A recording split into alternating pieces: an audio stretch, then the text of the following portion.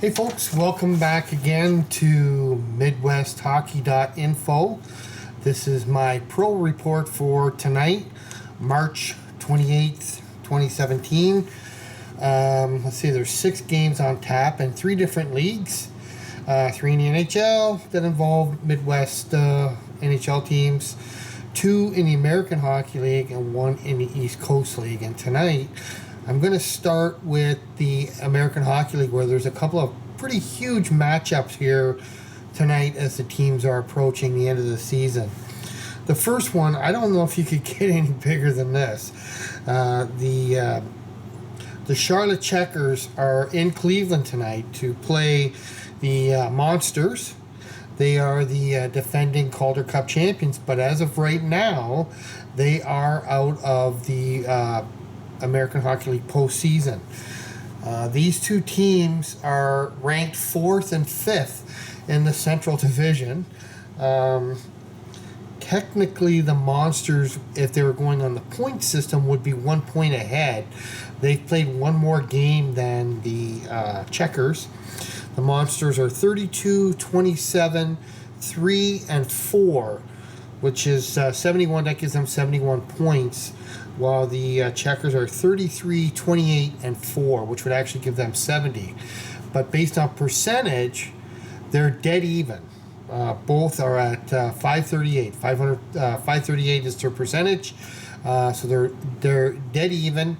Based on the fact they played one fewer game and have one more win, the Checkers are actually ranked 4th going into this game. The American Hockey League, I don't know if many people realize this, but the American Hockey League bases their standings on winning percentage rather than points.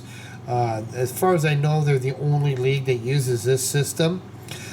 They've been known to test out this kind of stuff. I know that they do have a bit of an issue in the American Hockey League because there's somewhat of an unbalanced schedule.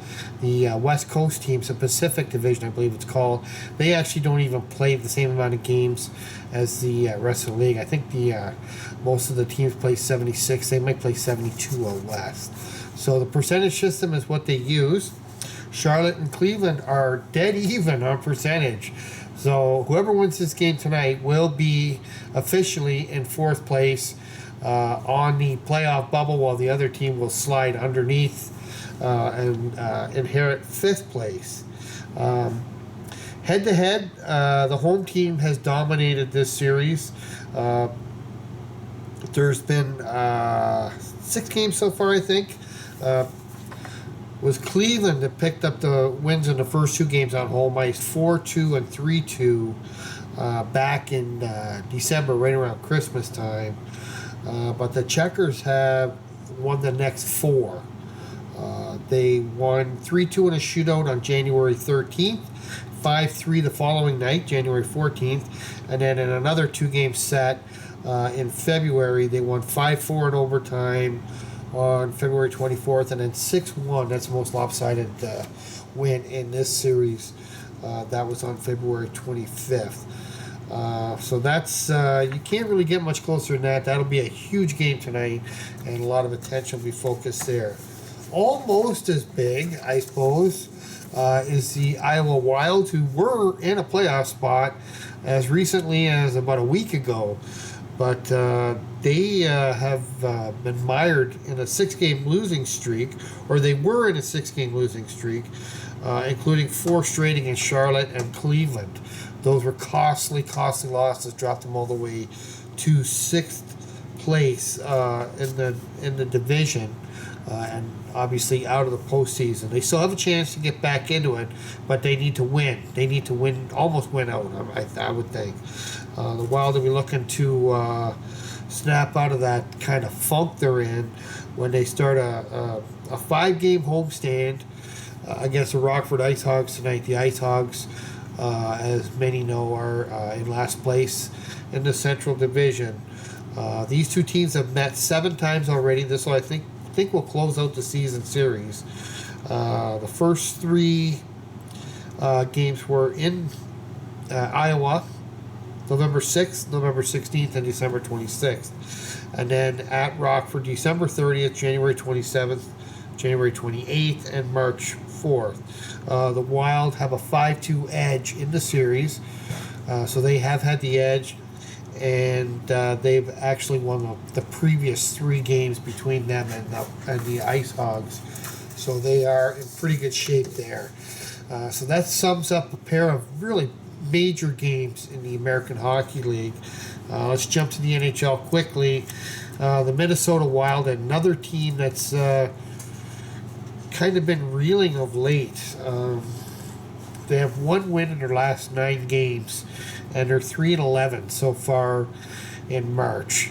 This is a team that at one point looked like it could challenge for the President's Cup, and they were in first place in the Central Division, but they have since kind of fallen out of that and actually allowed Chicago to build up sort of a stranglehold on the division. It's not over yet, but I believe Chicago has a 6-point lead, maybe 7 now.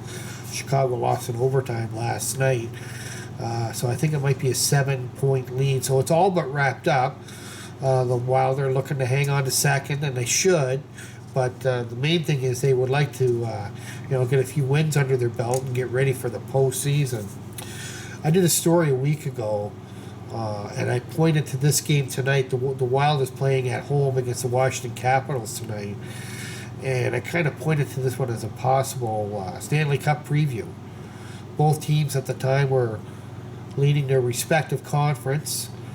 And they appeared to be the team to beat. Both of these teams made trade deadline moves that cost them first-round picks. So they really threw their hat into the Stanley Cup ring, I think. Both of them making their intentions clear that it's kind of an all-or-nothing type season for them this year. So, excuse me, I really thought this was going to be an exciting match, and it still could be. I mean, Minnesota's got to snap out of this losing skid at some point. Tonight's as good a night as any. Same 2 teams met on March 14th. The Capitals won that one 4-2, but it was actually an interesting game. Capitals were up 3-0 at one point, but the Wild got 2 goals in the first 5 minutes of the third period to make that game a lot more interesting. And then I think it was Jay Beagle ended up scoring the clincher down the stretch. But this should be a good game. Both of them have their number 1 goalies going. It'll be Doobie for the Wild, Devin Dubnyk, and Washington will be sending their top guy to the crease as well. So it should be an interesting match. It'll be interesting to see if the Wild can snap out of this funk that they're in. Another game tonight is Buffalo Sabres at Columbus. The Columbus is the team that finished 3rd from the bottom last season, but has had an amazing turnaround this year. They really have turned things around, and they are really in the President's Cup,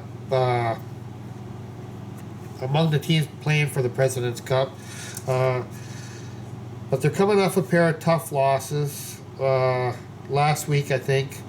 But they picked up a 1-0 shutout against the Flyers on Saturday after dropping games to Toronto and Washington before that.